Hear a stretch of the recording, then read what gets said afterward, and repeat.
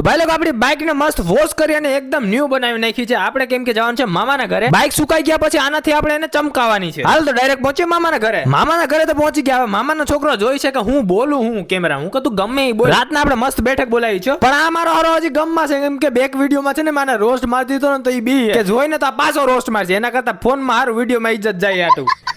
જોઈજો હમણાં આને બચપન યાદ આવી ગયું. જોઈજો હમણાં એટલે પણ આ મારો કયો સ્પાઈડરમેન છે? ગુજરાતી સ્પાઈડરમેન હે? હાયલા પણ મોઢા વગરનો સ્પાઈડરમેન, ખાલી આખું જ છે. પણ તું ઘરમાં શું કરેલા? જાનેલા હિસકા ખાને માં કેવી નોનસેન્સ જેવી વાતો કરેલા. અત્યારે અડધી રાત થઈ અને કઈ દેખાય તે હિસકા ખાય, અને અત્યારે જે મદદ હાથું બોલાવતા હોય ને એ તારા જેવા લખણિયા જ હોય મારા હારા.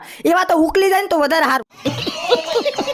અચ્છા એવું છે. જા જા જા શેકડા મારી જા. લોકો બે થઈ ગયા હતા પણ કોઈને નીંદર જ નહોતી આવતી, કેમ કે છે ને મહેમાન હોય ને ત્યારે અમારા ગપ્પા મારવાના આખી રાત, હુવાનું જ નહીં કોઈ. પછી સવારના હું વેલો ઉઠ્યો ને તો ટીવીમાં આ હું જોઉં છું, મારા વ્લોગ ચાલે છે, ઓલ્ડ વ્લોગ. પછી મને એમ થયું કે ભાઈ ખરેખર યાર મારા વ્લોગ્સ ટીવીમાં બધા જોઈ છે, મારા મામાનો છોકરો જોઈ છે, એનાથી મોટી ખુશીની વાત શું હોય? તો હા ભાઈ લોકો ફોલો અને સબસ્ક્રાઇબ કરવાનું ભૂલતા નહીં.